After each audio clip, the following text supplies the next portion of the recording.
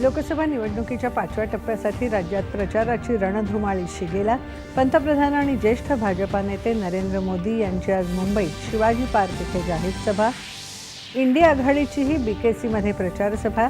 शरद पवार, उद्धव ठाकरे, मल्लिकार्जुन खरगे, अरविंद केजरीवाल राहणार उपस्थित। देशात स्थिर सरकार असेल तर त्याचे परिणामही स्पष्ट दिसून येतात, मात्र अस्थिर सरकार केवळ कार्यकाळ पूर्ण करण्याचं काम करतात।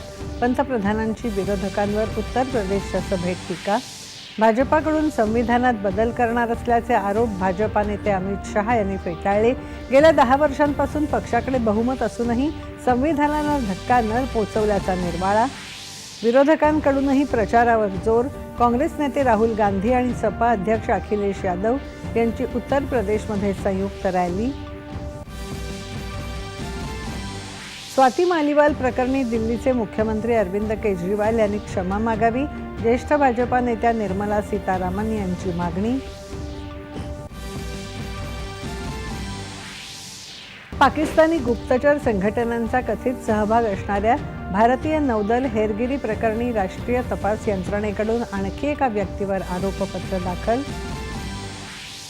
एलोर्डा चषक मुष्टियुद्ध स्पर्धेत भारताच्या 4 महिला मुष्टियोद्ध्यांची दिमागदार कामगिरी।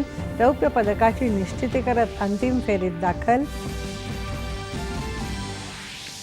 आणि पश्चिम राजस्थान, पंजाब, हरियाणा आणि दिल्लीच्या काही भागात उष्णतेची लाट, तर 22 मेपर्यंत दक्षिण भारतात मुसळधार पाऊस पडण्याचा अंदाज हवामान विभागाकडून व्यक्त।